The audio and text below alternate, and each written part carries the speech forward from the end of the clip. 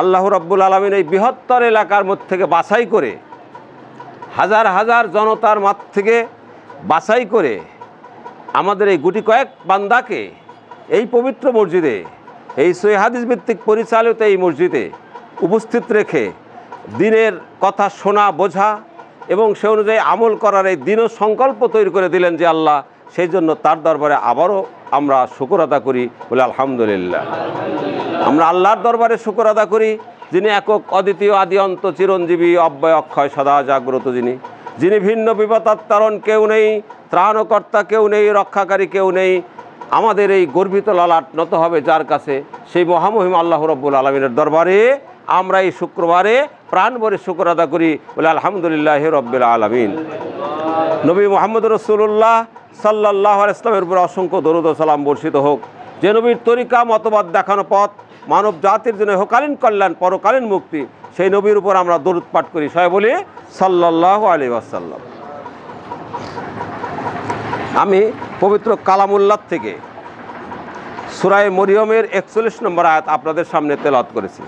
তাকে সামনে রেখে অল্প সময়ের মধ্যে কিছু কথা আলোচনা করব। আমা তাওফিক ইল্লা বিল্লাহ।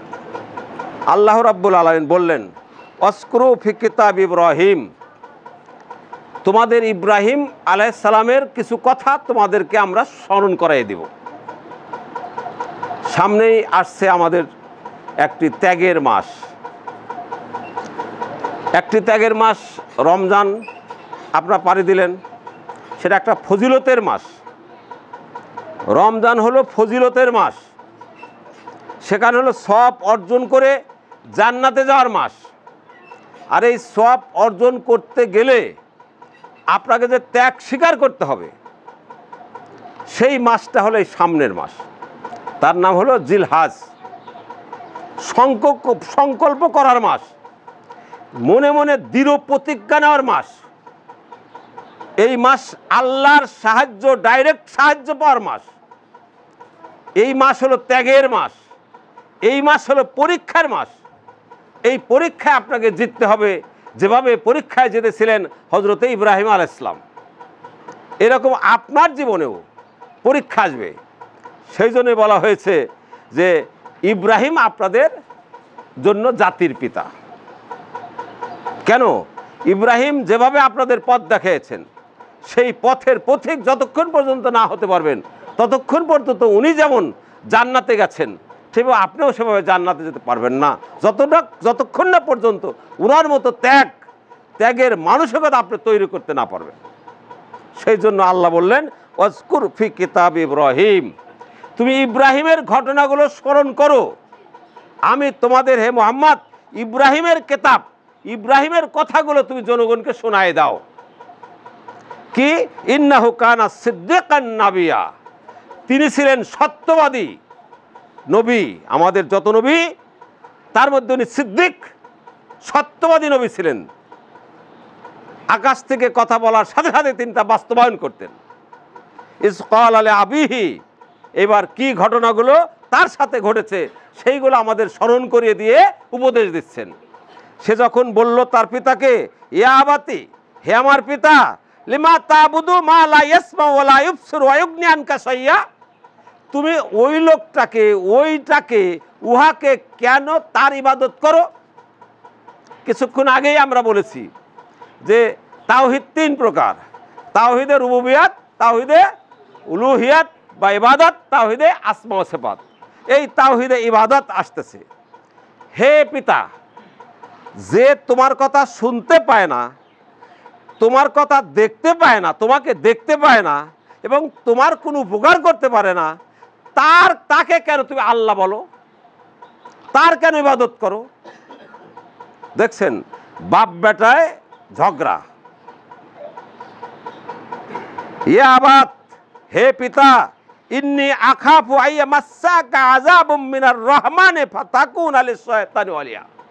হে পিতা, হে আমার প্রাণপ্রিয় আব্বা, আমি দেখছি যে তোমার উপরে রহমানের তরফ থেকে আযাব আসবে আর তুমি শয়তানের বন্ধু হয়ে যাবে।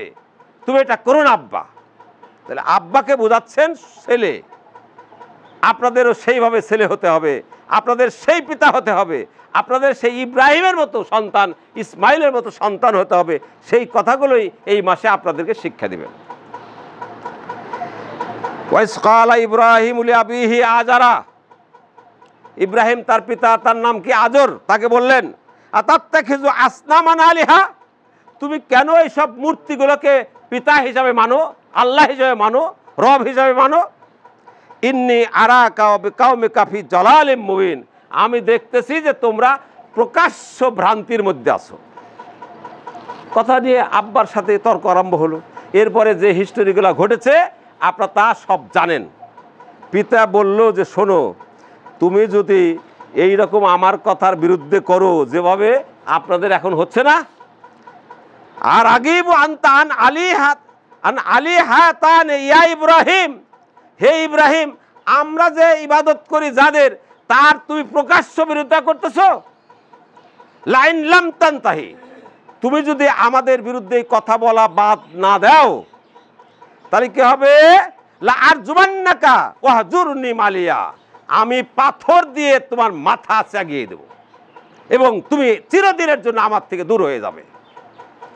পিতা বলল তার সন্তানকে যে তুমি যে আমাদের ইবাদত আমরা যার করি, যার পুজো করি, যাকে সেজদা করতেছি, এইটার থেকে বলার থেকে তুমি যদি বিরত না হও, আমি এই যে পাথর দিয়ে আঘাত করে তোর মাথাকে ভেঙে দেব, আর তুমি চিরদিনের জন্য আমার সন্তান থেকে তুমি বহিষ্কার হয়ে যাবে।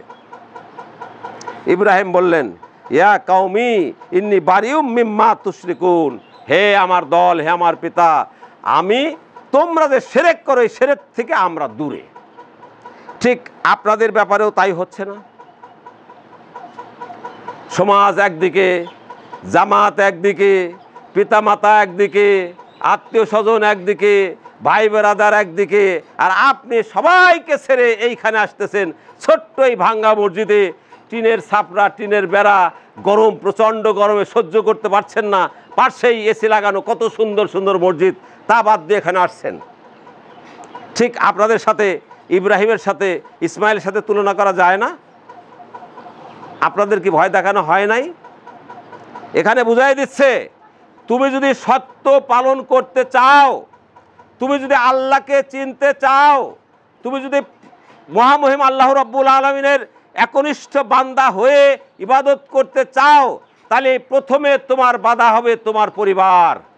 যেমন ইব্রাহিমের পরিবার, ইব্রাহিমের প্রথম বাধা হয়েছিল।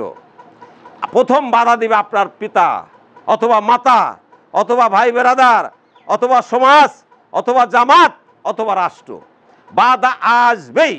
যখন এই বাধাগুলো আসবে, সব বাধাগুলো ডিঙ্গিয়ে যখন দিনের উপরে আপনি দৃঢ় থাকতে পারবেন, তখনই আপনার পিতা হলো ইব্রাহিম। বাধা তো এসেছিল, আরও আসবে, সামনে আরও জটিল বাধা আসবে। এই বাধায় টিকে থাকতে পারলে আপনি সরাসরি জান্নাতি। এবার ইব্রাহিমের উপরে যেসব পরীক্ষা আরম্ভ হলো, বাপ বেটা তো গন্ডগোল, মানে কথায় কাটাকাটি হলো, ঘুমাচ্ছে।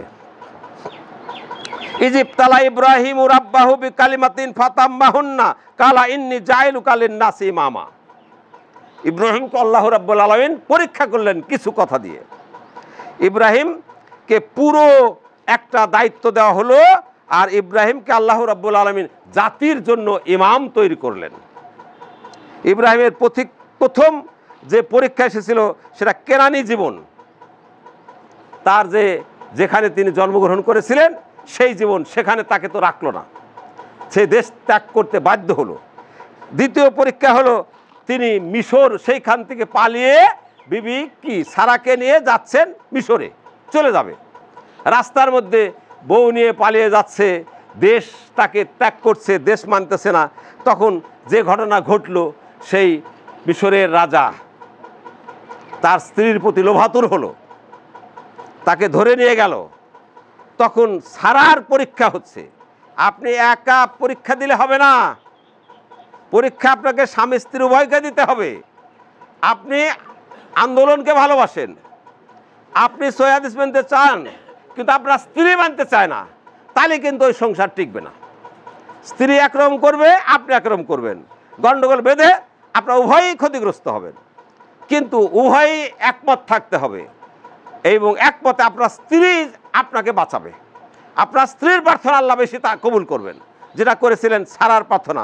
ফালাম্মা দাখালাত সারাতু আলা মালিক, মালিক মানে রাজা, সে রাজা যখন সারাকে ধরে নিয়ে গেল এবং তার কাছে নিয়ে গেল, তখন সে কি বলছিল?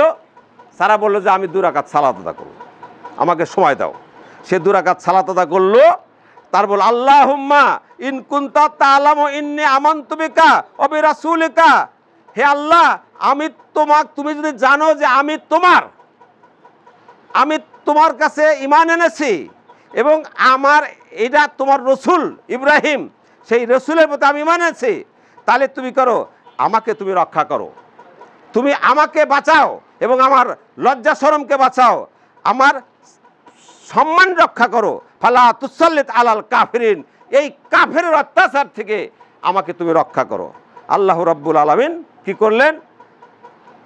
তাকে যে ঘটনা বলছিল, যে ঘটনা সেদিন ঘটছিল, সেটা বলতে গেলে সময় লেগে যাবে। মোহতারাম আমিরে জামাতের নবীদের কাহিনী বই নাম শুনছেন তো? নবীদের কাহিনী, এখানে কোরআনে বর্ণিত 25 জন নবীর কাহিনী। শেষটা হলো নবী মুহাম্মদ রাসূলুল্লাহ সাল্লাল্লাহু আলাইহি ওয়াসাল্লামের। এইগুলো পড়বেন, ইব্রাহিমের ঘটনাটা পড়বেন। ইব্রাহিম আলাইহিস সালামকে তার স্ত্রীকে আল্লাহ কিভাবে বাঁচিয়ে দিলেন। যখনই ধরতে যায় তখনও অবশ হয়ে পড়ে যায়, যখনই ধরতে যায় অবশ হয়ে পড়ে যায়, শেষ পর্যন্ত তাদেরকে বাঁচিয়ে ছেড়ে দিল, যাও। এদিকে দেখেন আল্লাহ প্রার্থনা কবুল করেন কিনা। যদি আপনার স্ত্রী সহিবদ্ধে চলে, যদি আপনার স্ত্রী পবিত্র কোরআন ও সহিহ সুন্নাহ অনুযায়ী চলতে পারে, তাহলে যত বিপদে আসুক না কেন, ওই বিপদের মতো তার বিপদ নাই। গোটা দেশ একদিকে, রাজা যেখানে হস্তক্ষেপ করেছে, সেই রাজার হাত থেকে আল্লাহ কিভাবে রক্ষা করতে পারে, আপনাকেও সেভাবে রক্ষা করবে ইনশাআল্লাহ আজিজ, যদি আপনি সেভাবে চলেন। এবারে সারাকে রক্ষা পেল। এবার হাজেরার ঘটনা। ইব্রাহিম আলাইহিস সালাম বুড়ো হয়ে গেছে, সন্তানাদি নাই, প্রার্থনা করছে, হে আল্লাহ, আমি যদি মরে যাই তো তোমার এই দিন পরিচালনা করবে কে? তা আমাদের একটু দলবল থাকা দরকার। তিনি প্রার্থনা করলেন, রব্বানা হাবলানা মিন আজওয়াজিনা কুররাতা আয়ুনি ওয়াজআলনা লিল মুত্তাকিনা ইমামা, হে প্রভু, তুমি আমাদের গর্ভে আমাদের তরফ থেকে একটা সন্তান দাও, সে হবে এই গোটা বিশ্বের ইমাম, এইরকম একটা কিছু আমাদের মধ্যে দাও। আল্লাহ রাব্বুল আলামিন তার এই কথা কবুল করলেন এবং তার গর্ভে সন্তান দিলেন 80 বছর বয়সের পরে। 80 বছর বয়সে তো সন্তান হয় না, আমাদের তো 20, 30, 40 বছর হলেই সন্তান হয় না। আর 80 বছর পরে যে ঘটনা ঘটলো, ইব্রাহিম আলাইহিস সালামকে সন্তান দান করলেন। এইবার দেখেন তিনি প্রার্থনা করলেন, সেই সন্তান যখন ধীরে ধীরে একটু বড় হলো, একটু কেবল কয়দিন, 5-7 দিন, আল্লাহ রক্ষা করলে কিভাবে রক্ষা করে? আপনারা তো বলেন যে রেজেকের মালিক আমার এই চাকরি, রেজেকের মালিক আমার এই ব্যবসা, রেজেকের মালিক আমার এই সম্পদ, কিন্তু আপনার সম্পদ আপনাকে রেজেক দিতে পারে না, আপনার ব্যবসা আপনাকে রেজেক দিতে পারে না, আপনার চাকরি আপনার রেজেক দিতে পারে না। এই জন্যই তো আমাদেরকে তাওহীদের রুবুবিয়্যাত সহ তাওহীদের উলুহিয়াতে বিশ্বাস করতে হবে। রেজেকের মালিক একমাত্র আল্লাহ। একটু পরেই আমি তার কথা বলতেছি, কিভাবে আল্লাহ রেজেক দেন। সন্তান হলো, এবার আল্লাহর দ্বিতীয় পরীক্ষা, ইব্রাহিমের দ্বিতীয় পরীক্ষা আল্লাহ দিচ্ছেন যে তোমার এই সন্তান সহ হাজেরাকে তুমি নিয়ে যাও এমন জায়গায়, যে জায়গায় মানুষজন কেউ বসবাস করে না। সেই মিশর থেকে রওনা দিল, হাঁটতে হাঁটতে হাঁটতে হাঁটতে হাঁটতে হাঁটতে হাঁটতে হাঁটতে এই যে মক্কা মুকাররমা, এই যে কয়দিন পরে আপনারা সেখানে হজ করতে চলছে যাবেন, সেখানে রেখে দিলেন এমন এক জায়গায়। সেখানে দেখছেন ইব্রাহিম আলাইহিস সালাম বলছেন, রব্বানা ইন্নী আসকানতু মিন যুররিয়াতি বিওয়াদিন গায়রি জি জারইন ইনদা বাইতিকাল হারাম, হে আল্লাহ, আমি আমার এই সন্তানকে এমন এক জায়গায় রেখে যাচ্ছি, জি জারইন, হ্যাঁ, এমন একটা জায়গায় রাখছি যে জায়গায় মানুষজন কেউ বসবাস করে না, যে জায়গায় পাথরময় জায়গা, যেখানে খাদ্যের কোনো ব্যবস্থা নাই, কিন্তু এটা হলো তোমার পবিত্র ঘর, এই কাবা ঘর, এই জায়গায় আমি আমার এই সন্তানকে রেখে গেলাম। রব্বানা লিয়াকুমুল সালাতু ও বাইতিকাল হারাম, হে আল্লাহ, আমি এই জন্য রাখছি যে এখানে ওরা সালাত আদা করবে। দেখছেন, তাহলে যেখানে রাখলেন সেই জায়গায় কিন্তু তখনও মসজিদ হয় নাই, আগে মসজিদ ছিল, ওটা নষ্ট হয়ে গেছিল, সেই জায়গায় আল্লাহর নবী ইব্রাহিম আলাইহিস সালাম এনে তার এই শিশু সন্তান আর হাজেরাকে রেখে যাচ্ছেন। তারপরে রেখে যাচ্ছেন আর আল্লাহর কাছে প্রার্থনা করছেন। কি প্রার্থনা করছেন? যে ওয়াসকুর, হে আল্লাহ, ওয়ারজুকহুম ফিস সামারা, তুমি এদেরকে ফল দ্বারা খাদ্য দান করো, লাআল্লাহুম ইয়াশকুরুন, যাতে তারা তোমার শুকরগুজার করতে পারে।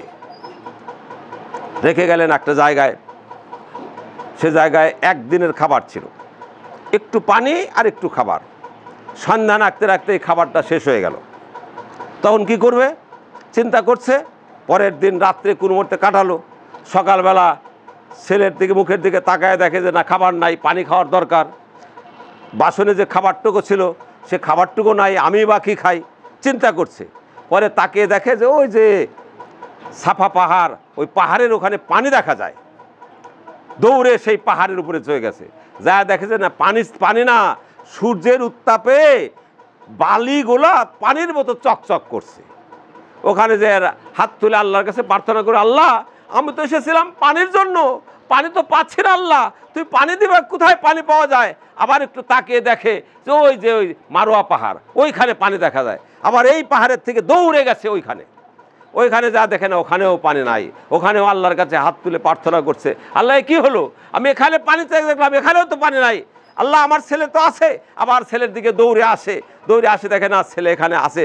আবার দৌড়ে যায় সাফায়, আবার দৌড়ে যায় মারোয়ায়। এইভাবে 7 পাক দেওয়ার পরে দেখে যে ছেলের কাছ থেকে, এই ছেলের পায়ের কাছ থেকে ফোয়ারা দিয়ে এত সুলিঙ্গভাবে উপরের দিকে পানি বের হচ্ছে। দৌড়ে এসে পানি এমন বেগে বের হচ্ছে যে পানিটা ছড়িয়ে চলে যাচ্ছে। তাড়াতাড়ি বালি দিয়ে বাদ দিয়ে সেখানে জমিয়ে রাখলেন পানিটা। খাবারের ব্যবস্থা আল্লাহ করলেন। এখনও যেখানে পানি খনন করতে, পানি পাইতে সরকারের কোটি কোটি টাকা ব্যয় হয়, একটা টিউবওয়েল পোতা যাবে না, সেখানে পানি নাই।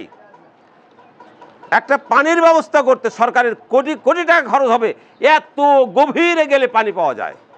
আর সেই সময়ে আজ থেকে কত বছর আগে, 5000 বছর আগে, কি করে আল্লাহ রাব্বুল আলামিন পাথরের থেকে পানি বের করে দিলেন, আল্লাহ রিজিকের ব্যবস্থা করলেন না?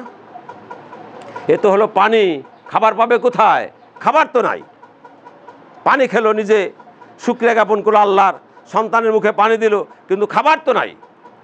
আরব দেশের একটা ছিল, দিক নির্দেশ ছিল, যেখানে উপরে পাখি দেখা যাবে সেই জায়গায় পানি পাওয়া যায়। দূর থেকে একদল বণিকরা যাচ্ছিল, তারা খাবার বোঝাই করে, উটের মধ্যে খাবার বোঝাই করে ওরা ব্যবসা করতে যাচ্ছিল। অনেক দূরে চলে যাচ্ছে, ওদের কাছে পানি ফুরিয়ে গেছে। আকাশের দিকে তাকিয়ে দেখে ওই জায়গায় পাখি দেখা যায়, পাখিগুলো ঘুরতেছে, নিশ্চয়ই সেখানে পানি আছে। ওরা পথ ঘুরে আবার ওই পাখিকে দিক নির্দেশনা করে পাখির পাশ দিয়ে যাচ্ছে। যায় দেখে যে একটা মহিলা কিছু পানির নিয়ে বসে আছে। মহিলাকে যা বলছে, মা এই পানি কার? বলে পানি আমার। যে আমাদের পানি ফুরিয়ে গেছে, একটু পানি দেওয়া যায় না? বলে আমার যে খাবার নাই, তাহলে আমাদের খাবার দেবেন?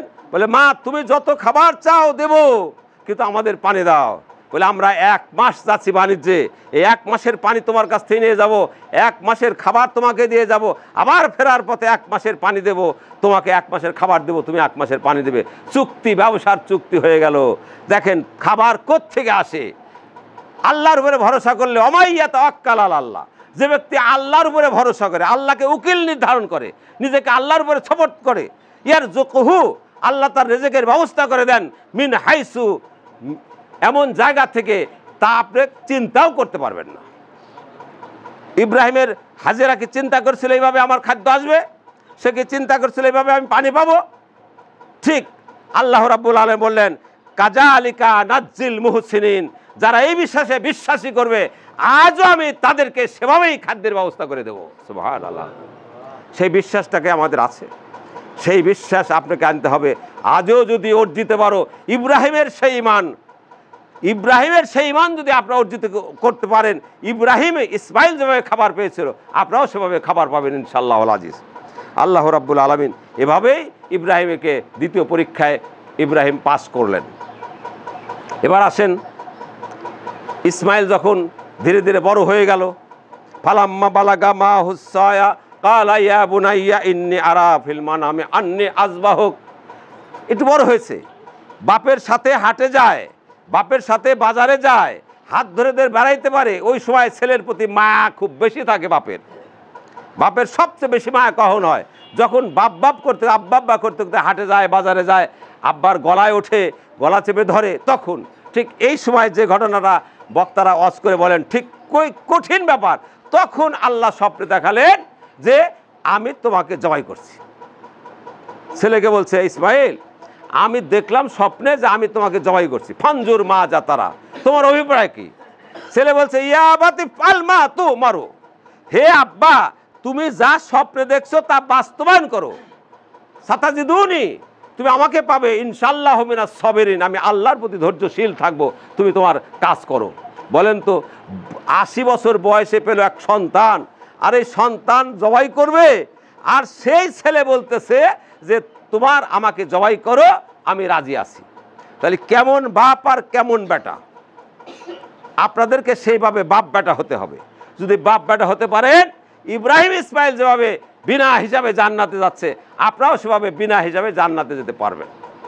এই অর্জনটা আমাদের করতে হবে। এই শিক্ষাটা দেওয়ার জন্যই প্রত্যেক বছরে এই মাসটা ঘুরিয়ে ঘুরিয়ে ঘুরিয়ে ঘুরে আপনাদের কাছে আসে। সেখানে গেলে এই নিদর্শনগুলো আপনার চোখে দেখবেন, হাতে দেখবেন, কি ব্যাপক। গোটা মক্কা মদিনায় পানি খাচ্ছে, কিন্তু সেই পানিটা ফুরাচ্ছে না, 1 ইঞ্চি কম হয় না। আল্লাহর কিভাবে রহমত, 1 ইঞ্চি পানি কম হয় না। আমেরিকার অন্য দেশের 10 জন বড় বড় বিজ্ঞানী তারা এসে পানিটা কোত্থেকে হয় এরা চিন্তা করে ওই গর্তের মধ্যে নেমে 10টা শ্যালো মেশিন বসিয়ে দিয়ে পানি 100তে 10টা চালিয়ে দিল, দেখি পানি কিভাবে আসে। কিছুক্ষণ পরে দেখা গেল গোটা মাটিটা থরথর করে কাঁপতেছে, কিন্তু পানি কম হচ্ছে না। তখন ওরা বুঝতে পারলো না, এটা একটা আল্লাহর রহমানের দায়িত্ব। এখানে আল্লাহর দয়াময় ছাড়া এই পানি আর কোথার থেকে বের হতে পারে না। আজও লক্ষ লক্ষ লক্ষ লক্ষ হাজিরা সেখানে যে পানি খাচ্ছে, নিয়ে আসতেছে, 1 বিন্দু পানি কম হয় না। আল্লাহ রিজিকের ব্যবস্থা করে দেয় নাই? ঠিক সেরকম আমাদের রিজিকের ব্যবস্থা করে দেবেন। আমরা যদি ইব্রাহিমের ইসমাইলের মতো হতে পারি, তবে আল্লাহ রাব্বুল আলামিন আমাদের রিজিকের ব্যবস্থা করে দেবে। ইব্রাহিম এই কাজটা করেছিল একা, না লোক নিয়ে? তার ছেলে প্রথমে থাকলো কি ইব্রাহিম, তারপরে তার 2 বউ, তারপরে তার ছেলে হলো, তারপরে আরও কয়জন ছেলে হলো। তাহলে সবাইকে নিয়ে ইব্রাহিম কাজটা করলেন, না একা একা করলেন? আমাদেরও একা একা কোনো কাজ করা যাবে না। এই জন্য আমাদের নবী হযরত মুহাম্মদ রাসূলুল্লাহ সাল্লাল্লাহু আলাইহি ওয়াসাল্লাম বলছেন, আমরুকুম বিখামসিন, আমি তোমাদের 5টি বিষয়ে হুকুম দিচ্ছি, আল্লাহ আমারানি বিহিন্না, যে হুকুমটা আল্লাহ আকাশ থেকে আমাকে দিছে, বিল জামাত, তোমাকে জামাতবদ্ধ জীবন যাপন করতে হবে। একা একা থাকা যাবে না, জামাতবদ্ধ জীবন যাপন করতে হবে, জামাতে থাকতে হবে, এটা সংগঠন ভিত্তিক থাকতে হবে। একা একা থাকা হলো হারাম।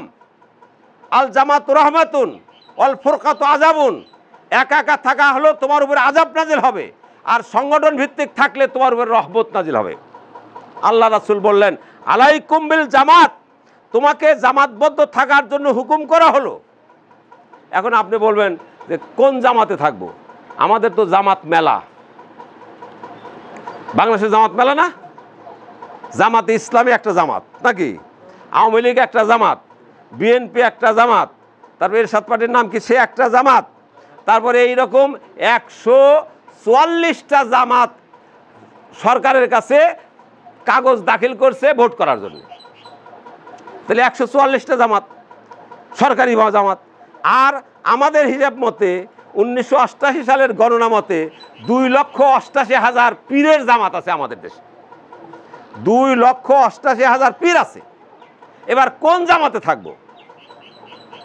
আল্লাহ রাসূল বললেন তোমাকে জামাতবদ্ধ থাকতে হবে, সংগঠন করে থাকতে হবে। তা আমরা সংগঠনেই থাকবো, কোন সংগঠনে থাকবো? এটা সমস্যা না? আমরা বলছি না, এখনকার সময়ে আওয়ামী লীগ একটা সবচেয়ে বড় জামাত, আমরা এই জামাতে থাকি। বিএনপি বলছে না, এই জামাতটা অত ভালো না, তো আমাদের জামাতে থাকো। জামাত ইসলাম বলছে না, এটা ধর্মীয় সংগঠন না, তোমরা আমাদের সাথে থাকো। এরশাদ পার্টি বলছে না, মঞ্জু টুজু, ওরা বলছে না, এটা আমাদেরটা ভালো। আবার এই ব্যাপারে আবার আহলে হাদিসদের একটা জামাত, এরা বলছে না, সব ভালো খারাপ, তোমরা আমাদের সাথে থাকো। আবার আহলে হাদিসদের জামাতের মধ্যে দেখা গেছে যে এও আবার মেলা ভাগ। আবার পীর সাহেবের জামাতে গেলে তো আট্টশির এক জামাত, বিশাল পীরত্ব এলাকা। আট্টশি কেউ গেছেন নাকি আপনারা? আট্টশি কেন নাই? কত বড় জামাত, ওরে আল্লাহ! আটরশি যে দেখতে গেলাম যে আমরা ছোট একটা ইজতেমা পরিচালনা করি, তাই হিমশিম খেয়ে যাই, তো ওরা কীভাবে চালায় দেখি, যা দেখি যে আল্লাহু আকবার, 3 মাইল পরের থেকে তো গাড়ি ঘোড়া বন্ধ, হেঁটে যেতে হবে।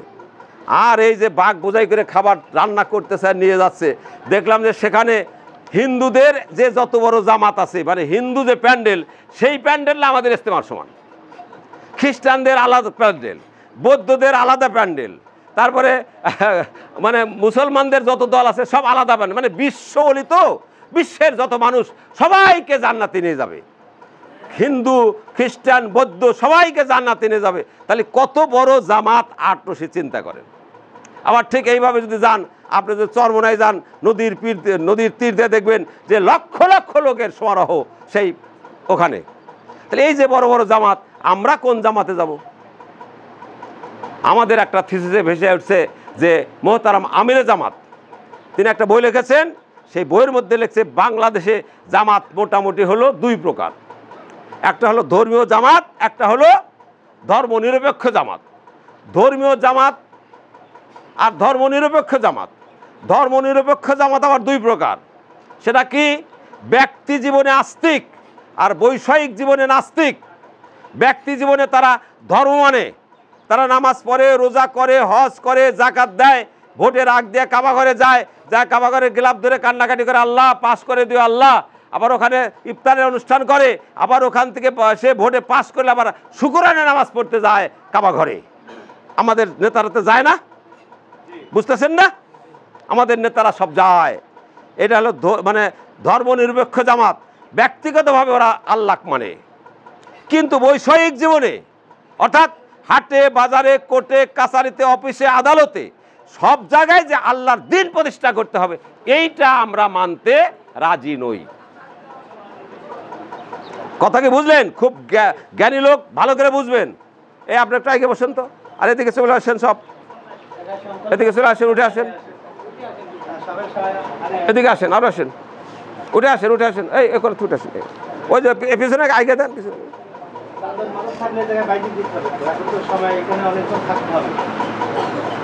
এদিকে আসেন, এই যারা আছেন এদিকে আসেন, ফ্যানের নিচে আসেন, ওইদিকে, ওই ভিতর দিয়ে ওইদিকে যান, সময় নষ্ট করেন না, ওইদিকে যান, ওইদিকে যান, ভালো করে শোনেন। তাহলে ধর্মনিরপেক্ষ জামাত 2 প্রকার। একটা হলো ব্যক্তি জীবনে আল্লাহকে বিশ্বাস করি, নামাজ পড়ি, রোজা করি, হজ করি, জাকাত দেই, সব করি, আল্লাহকে মানি, কিন্তু বৈষয়িক জীবনে আল্লাহকে মানতে রাজি নই। আমাদের সংসদে যে আইন হয়, সেটাকে আল্লাহর আইন হয় না এই 350 লোক বসে আইন করে? কথা বলেন, এদিকে তাকান। আমরা সংসদ সদস্যরা মানে কি? ওরা আইন তৈরি করে, আইন তৈরি করে সে আইনে আমাদের বিচার করে। এখানে আল্লাহর আইন আছে না। তাহলে একদল আমরা, একটা জামাত আছে, তারা বৈষয়িক জীবনে আল্লাহকে না মেনে ব্যক্তি জীবনে আল্লাহকে মানে, এবং তা আপনারা আমরা প্রায় সবাই আমরা এই দলের মধ্যেই আছি। এটা হলো আপনারা যে দলগুলো করেন, আমাদের বর্তমান যে রাজনৈতিক যে দলগুলো আছে, সবাই এই দলের মধ্যে আছে। কেউ বিএনপি করেন, কেউ আওয়ামী লীগ করেন, কেউ সাত পার্টি করেন, কেউ না কেউ কিছু করেন, এই জামাতের মধ্যে আছেন। এরা হলো বৈষয়িক জীবনে আল্লাহকে মানবে না, ধর্মীয় জীবনে আল্লাহকে মানে। আর এক দল আছে বৈষয়িক এবং ধর্মীয় কোনো জীবনেই আল্লাহকে মানতে হবে না। পৃথিবী আকাশে একটা বিরাট অগ্নিকুণ্ড ছিল, হঠাৎ করে খসে পড়লো সমুদ্রের মধ্যে, পড়ে যাওয়ার পরে ওখানে শিলা তৈরি হলো, শিলা তৈরি হওয়ার পরে ওখানে কীট তৈরি হলো, কীটের তারপরে হাত পা লেজ টেজ ছিল, লাফালাফতে লেজটা খসে পড়ে গেল, 2 পায়ের উপরে দাঁড়িয়ে গেল, মানুষ হয়ে গেল। এই মতবাদ দিয়েছিল ডারউইন। এই একটা মতবাদের লোক আছে, তারা আল্লাহকে বিশ্বাস করে না। এই পৃথিবী এমনি এমনি হয়েছে, এমনি একটা শক্তিতে চলে, মানুষ মরে যাবে, এরপরে আর কিচ্ছু থাকবে না, সব একাকার হয়ে যাবে, মরার পরে কিছু নাই। সুতরাং আহমদ শরীফের নেতা ছিল ঢাকা বিশ্ববিদ্যালয়ে একটা বিশাল শিক্ষিত প্রফেসর, সে বলল যে আমার মরার পরে আমার এই চোখটা, আমার এই কিডনি, এগুলো সব খুলে জনগণকে দান করে দাও, কারণ মরার পরে তো কিছু থাকবে না। এই একটা লোক, এই একটা দল আছে, এখনো আমাদের বাংলাদেশে আছে। এটা হলো ধর্মীয় জীবনে এবং বৈষয়িক জীবনে কোনো জীবনেই আল্লাহকে মানতে তারা রাজি নয়। এটা হলো ধর্মনিরপেক্ষ জামাতের অবস্থা। ধর্মনিরপেক্ষ জামাত ব্যক্তি জীবনে আল্লাহকে মানে, যেই আজান হবে সঙ্গে সঙ্গে দ্রুত চলে যাবে মসজিদে, পাগড়ি আছে, টুপি আছে, সব আছে, কিন্তু যেই আপনি অফিসে এসে বসবে সঙ্গে সঙ্গে আল্লাহ নাই। ওখানে আপনি গেছেন অফিসের কাজে, সেখানে আপনার কাজটা হবে না। 3-4 দিন ঘোলার পরে ঘুরতে ঘুরতে ঘুরতে ঘুরতে, ভাই আমার কাজটা হচ্ছে না কেন, বলে কথা বলছে না, কিংবা পরে এসেন ইত্যাদি বলবে। যখনই পিয়ন বলে দেবে এভাবে স্যার কাজ করবে না, একটা হলুদ খাম দিতে হবে, হলুদ খাম যখনই স্যারের হাতে ধরিয়ে দিলেন বা টেবিলে রেখে দিলেন, আপনার কাজ সঙ্গে সঙ্গে সমাধান হয়ে গেছে। তুমি দেখো না এই লোকটা 3 দিন ধরে ঘুরতেছে, আর এর কাজটা হচ্ছে না, দেখো এই কাজটা করে দাও। এই যে ঘুষ খাওয়া, এই যে ঘুষ নেওয়া, এগুলো যে অপরাধ, সরকার যে আপনাকে ওই টেবিলে বসাইছে সরকারি দায়িত্ব পালন করার জন্য, আপনি বেমালুম ভুলে গেছেন। এরকম বাংলাদেশের প্রত্যেকটা ছোট থেকে একদম রাষ্ট্র পর্যন্ত যেখানে যাবেন সেখানে একটা এই যে প্রচলিত প্রথার ব্যবস্থা আছে, এখানে আল্লাহ আল্লাহ তাই, অথচ নামাজ পড়তেছি, রোজা করতেছি, হজ করতেছি, জাকাত দিছি, সব ঠিক আছে, কিন্তু বৈষয়িক জীবনে গেলে আল্লাহকে ভুলে যায়। এই 1-2 জামাত চলে গেল, এবার আসলো ধর্মীয় জামাত, এও আবার 2 ভাগে ভাগ। একটা হলো তাকলিদ যুক্ত ইসলাম এদেশে প্রতিষ্ঠা করতে চায়। তাকলিদ মানে কি? তাকলিদ শব্দটার অর্থ হলো গলায় বেরি পরিয়ে নেওয়া, গলায় রশি পরিয়ে নেওয়া। মুকাল্লিদ বলা হয় যার গলায় রশিটা পরিয়ে দিলেন। আপনার বাড়ির গরু ছাগলটাকে যে রশি দিয়ে বেঁধে রাখলেন, ওই রশিটার নাম হলো কালাদাতুন, আর ওই গরুটা হলো মুকাল্লিদ। এই মুকাল্লিদের এই গরুর স্বাধীনতা নাই, যখন আপনি খেতে দিবেন ও খাবে, আর যখন খেতে দিবেন না খেতে পারবেন না। ওই খুঁটির সাথে বসে বেঁধে থাকতে থাকতেও যদি মরেও যায়, আপনি যদি খাবার না দেন, ওর ক্ষমতা নাই। একদল লোক আমাদের দেশে বলে আমরা ইসলাম পালন করব, এইভাবে যে আমাদের কোনো স্বাধীনতা নাই। ওই যে পূর্ব যুগের আলেমরা যে নিয়ম চালু করে গেছে, ওই নিয়ম অনুযায়ী আমরা ইসলাম পালন করব। আমরা স্বাধীনভাবে কোরআন ও হাদিস ঘেঁটে আমরা মসলামাইল ব্যবহার করতে পারবো না, আমরা মাসালা বের করতে পারবো না। তাদের কথা হলো এই তাকলিদ যুক্ত ইসলাম ওরা এদেশে প্রতিষ্ঠা করতে চায়। কীরকম? আবার বাংলা ভাষায় বলে দিই যে এইবার ধরেন সালাত, এই সালাতে এখানে দাঁড়াবেন, এখন দাঁড়াবেন কিভাবে? কেউ কেউ বলছে না, আপনার পায়ের 2 পায়ের মাঝখানে 4 আঙ্গুল ফাঁক রাখতে হবে, আর একজন মানুষ থেকে আরেকজন মানুষ কতটুকু দূরত্বে থাকবে তার কোনো সীমানা নাই। আপনি 1 হাতও দূরে থাকতে পারেন, আধ হাতও দূরে থাকতে পারবেন, এইরকম মাঝখানে 4 আঙ্গুল রাখতে হবে। কোরআন কি বলে, হাদিস কি বলে? হাদিস বলে যে তুমি যখন সালাতে দাঁড়াবা তখন একজনের পায়ের সাথে আরেকজনের পা মিলিয়ে দাঁড়াও। যদি মিলিয়ে দাঁড়াও, বানাল্লাহু বাইতান ফিল জান্নাহ, তোমার জন্য জান্নাতে একটা বিশাল প্রাসাদ তৈরি করা হবে। আল্লাহ রাসূল বললেন, যারা একজনের পায়ের সাথে একজনের কাঁধের সাথে কাঁধ মিলিয়ে দাঁড়ালো, তাদের পিছনের গুফিরা লাহু মা তাকাদ্দাম মিন যামবিহি, তাদের পিছনের গুনাহ খাতা ক্ষমা করে দেওয়া হলো। আল্লাহ রাসূল বলেছেন, আমি দিব্যি দেখতে পাচ্ছি যে তোমাদের 2 জনের মাঝের ফাঁকা দিয়ে শয়তান বকরির ছানার মতো দৌড়ধাপ পাচ্ছে, তোমাদের মনটা ভুলে দিচ্ছে। তোমরা একজনের পায়ের সাথে আর একজনের পা লাগিয়ে দাঁড়াও, শয়তান ওখানে যাবে না। এতগুলো হাদিস থাকা সত্ত্বেও আমরা যদি বলেন না আমাদের ইমাম সাহেব তো তা বলে নাই, সুতরাং আমরা মানতে পারবো না, কারণ আমাদের ইমামের রশি আমি গলায় পরে এনেছি, স্বাধীনভাবে আমি কোরআন হাদিস মানতে পারি না। এমন কোনো হাদিসে নাই যে সালাত সূরা ফাতিহা না পড়লে সালাত হবে। আল্লাহর রাসূল সরাসরি বললেন তার সালাত হলো না যে সালাতে সূরা ফাতিহা পাঠ করলো না।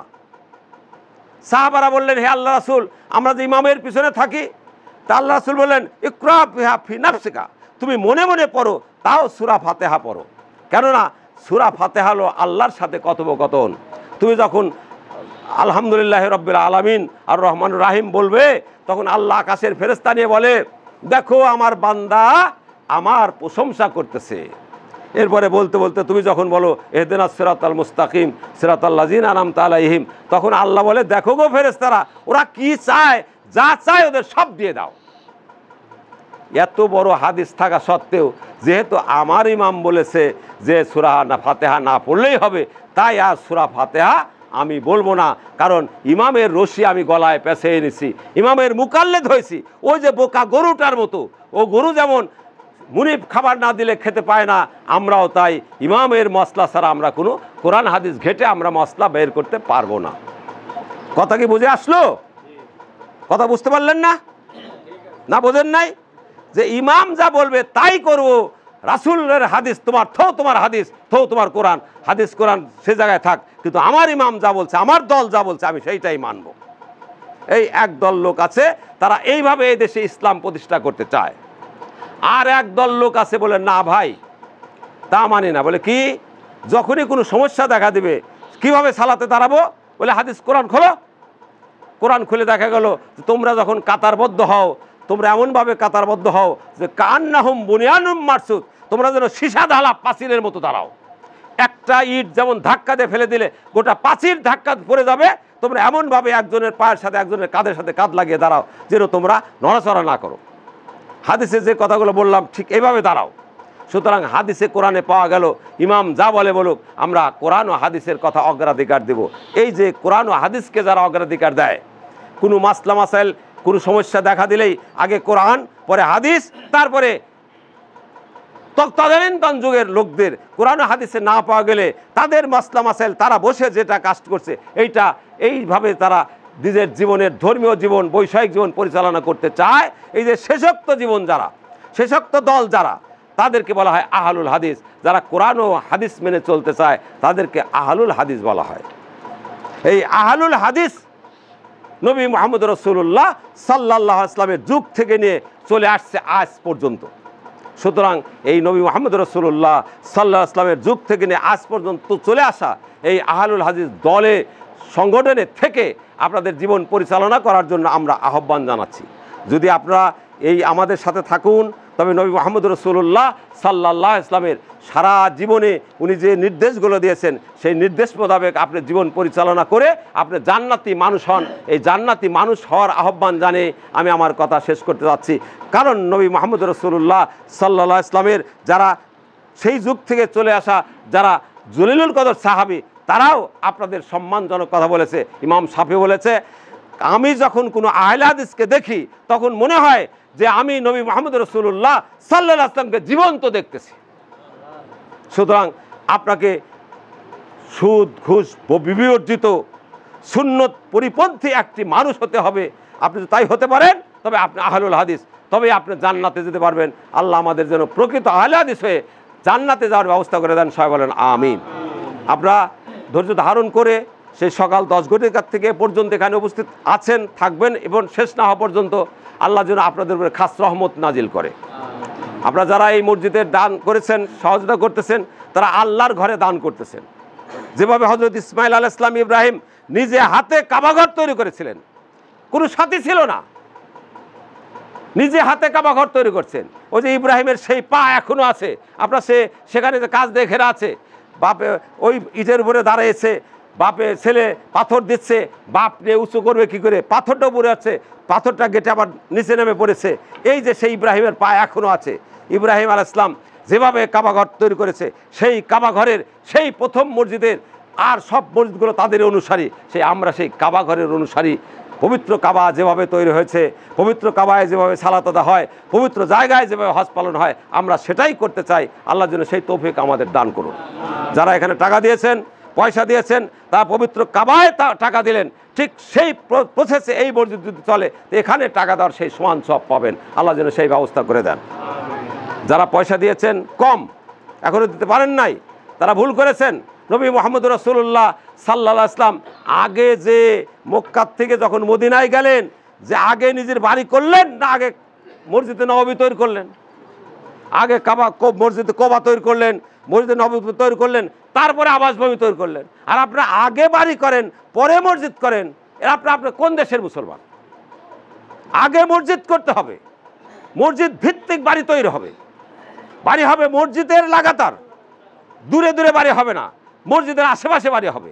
এই জন্য মোহতারাম আমিরে জামাত নওদাপাড়ায় আমাদের ওখানে বিদেশ থেকে লোকরা আসতেছে, জায়গা জমি কিনে কিনে মসজিদ ভিত্তিক ইমারত ভিত্তিক বাড়ি ঘর করতেছে।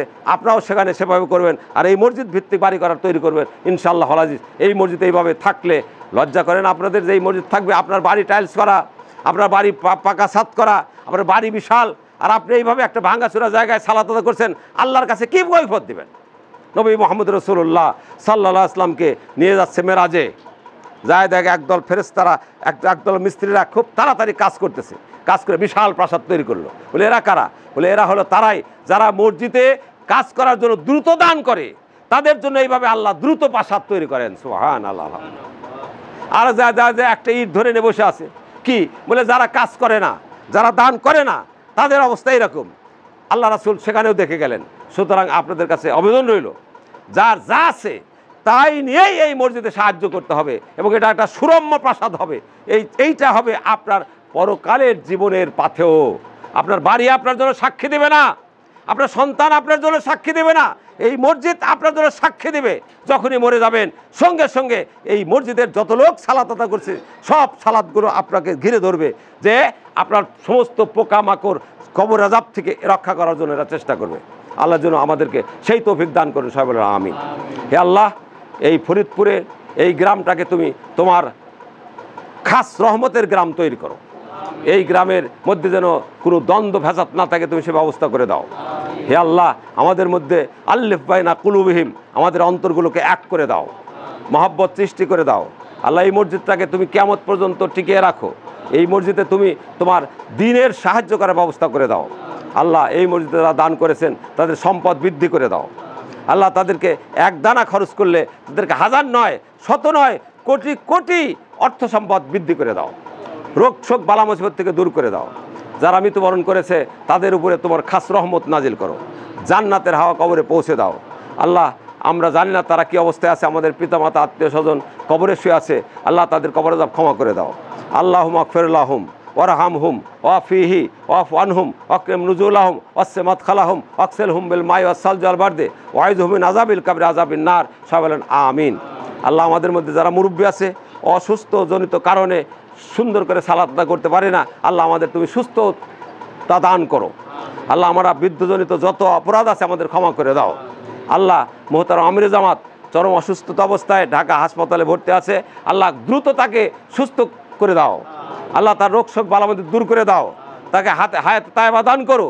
সেজন্য আমাদের মধ্যে দীর্ঘদিন বেঁচে থাকে, যে খেদমত করতেছে খেদমতের পরিপূর্ণতা দান করে দিতে পারে সে ব্যবস্থা করে দাও। আল্লাহ, আমরা যারা যে যুবকরা এখানে আছি তাদেরকে হেদায়েত করে নাও। যুবক এই তারুণ্যের কারণে তারা বিভিন্ন কুপথে চলে যাচ্ছে, তাদেরকে সৎ পথে আসার ব্যবস্থা করে দাও। আল্লাহ, তুমি আমাদেরকে দিনের উপরে টিকে থাকার ব্যবস্থা করে দাও। আল্লাহ, আমাদেরকে মাফ করে দাও। হযরত আদম আলাইহিস সালাম যে দোয়া পড়ে মাফ চেয়েছিল, আমরাও সেই দোয়া পড়ি। সবাই বলেন রব্বানা জালামনা আনফুসানা ওয়া ইন লাম তাগফির লানা ওয়া তারহামনা লানাকুনান্না মিনাল খাসিরিন।